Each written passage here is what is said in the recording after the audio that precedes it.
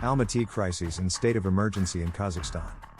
Kazakhstan calls for a state emergency, restricting movement, such as transportation, in 3 major cities and 14 regions until the 19th of January after protests and riots broke out all over the country. They started in the Mangistau region after the government raised the price controls on liquefied petroleum gas at the start of the year. What's the big deal with raising the prices? Well, this nation has the 9th largest land mass and is rich in oil, with 3% of global oil reserves and important coal and gas sectors. So when it raises its prices, it means there is a shortage of oil. So where is it all going? Well, simply put, it is being exported, leaving the civilians to pay more while the government gains more from both the civilians and from the profit it makes when exporting oil. And this is a big problem for the civilians, because as many as 90% of the vehicles rely on butane and propane just in Mangistau. This enraged the civilians and led to protests.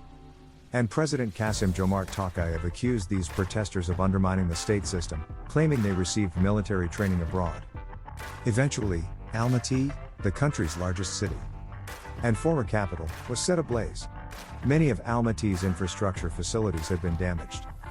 Violence spread overnight and Almaty's airport was overrun by an angry mob, who President Tokayev had called terrorists. Dozens have been killed, 1,000 injured with 400 hospitalized, and 2,000 detained. President Tokayev sought help after the situation in Almaty got out of hand. He turned to the Collective Security Treaty Organization, CSTO, which is a Russian form of NATO. An alliance that was set up after the collapse of the Soviet Union with the former Soviet states dominated by Russia, such as Kazakhstan, Belarus, Tajikistan, and Kyrgyzstan. This alliance counters external material threats. The chairman of the CSTO, Armenian Prime Minister Nikol Pashinyan, said that the alliance would send peacemaking forces for a limited amount of time, dispatching 2,500 Russian troops to protect government buildings and military installations in vehicles and aircrafts in Kazakhstan. This was the first time in history CSTO was invoked. This conflict was concerning to Russia because it does share close relations with Kazakhstan.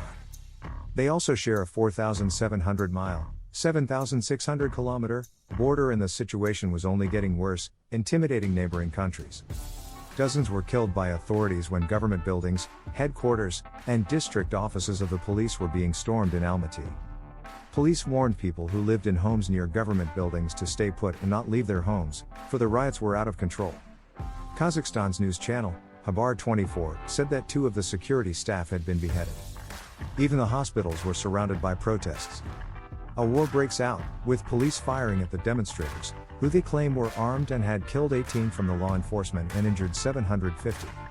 Cleansing the city militants is what police claim they were doing. Day and night, sounds of explosions and gunshots rang through Almaty. Vehicles and buildings were being burnt down, causing Almaty to be closed by checkpoints, leading people to narrow roads in order for people to get in and out of Almaty. Along with this, food was not accessible because stores were closed. As well, an internet shutdown occurred, leading people to be unable to withdraw their money and no phone access.